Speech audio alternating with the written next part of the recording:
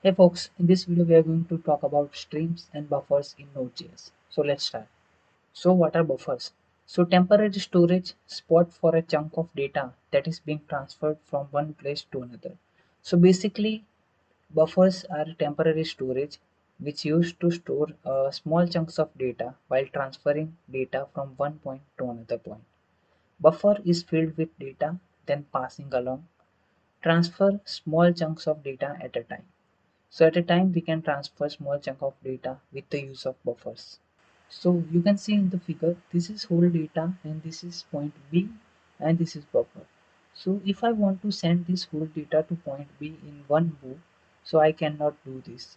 And with the use of buffer I can divide this data into small chunks, and with the use of buffer I can send this data easily and efficiently to point B.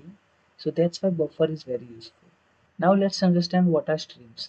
So you can see in the figure that this is bytes chunks of data and this data is stored in buffer.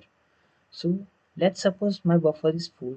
So after my buffer is full, this data will go to stream and stream will handle this data and stream will pass this data to point B, or you can say location B.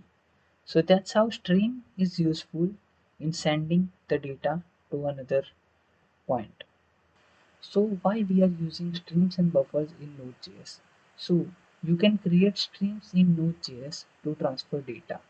Also, it will increase your performance to transferring data from one move to another move. Streams are having three types, which is mentioned here. You can see writable stream, readable stream, and duplex. So basically, writable stream allow Node.js to write data to a stream. Also, readable stream allow Node.js to read data from a stream, and duplex can read and write to a stream. So duplex can do both operations in once. So that's it for this video. Thank you for watching. Bye bye.